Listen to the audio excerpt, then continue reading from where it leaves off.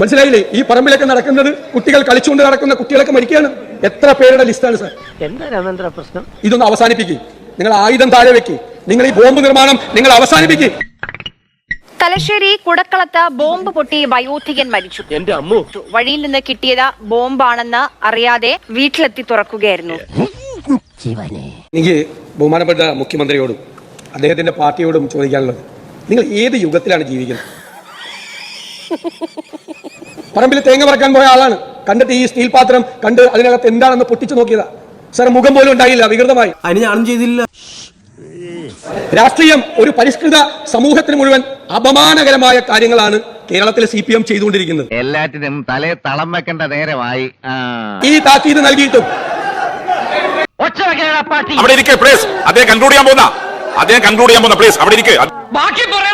Sir, ഞാൻ ഈ transport ഡ്രൈവറെ ഭീഷണിപ്പെടുത്തിയ കാര്യമല്ല ഇവിടെ പറഞ്ഞത്. നമ്മളെയാണല്ലോ മച്ചമ്പി. ട്രാൻസ്പോർട്ട് ഡ്രൈവറെ റോട്ടിൽ വെച്ച് പെരട്ടിയ കാര്യമല്ല ഞാൻ പറഞ്ഞത്. ഞാൻ പറഞ്ഞത് ബോംബ് നിർമ്മാണത്തിന്റെ കാര്യമാണ്. എന്തോ ഞാൻ എന്താ പറഞ്ഞു?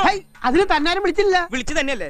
എങ്ങനെയാ സാറേ, എഴുതി വെക്കാൻ പറഞ്ഞൊരു ബോർഡ്, ചില വീടിന് മുമ്പിൽ പട്ടിയുണ്ട് സൂക്ഷിക്കുക എന്ന് എഴുതി വെച്ചേക്കുന്നത് പോലെ ഈ പറമ്പിൽ സ്റ്റീൽ ബോംബുണ്ട് സൂക്ഷിക്കുക എന്ന് എഴുതി വെക്കി.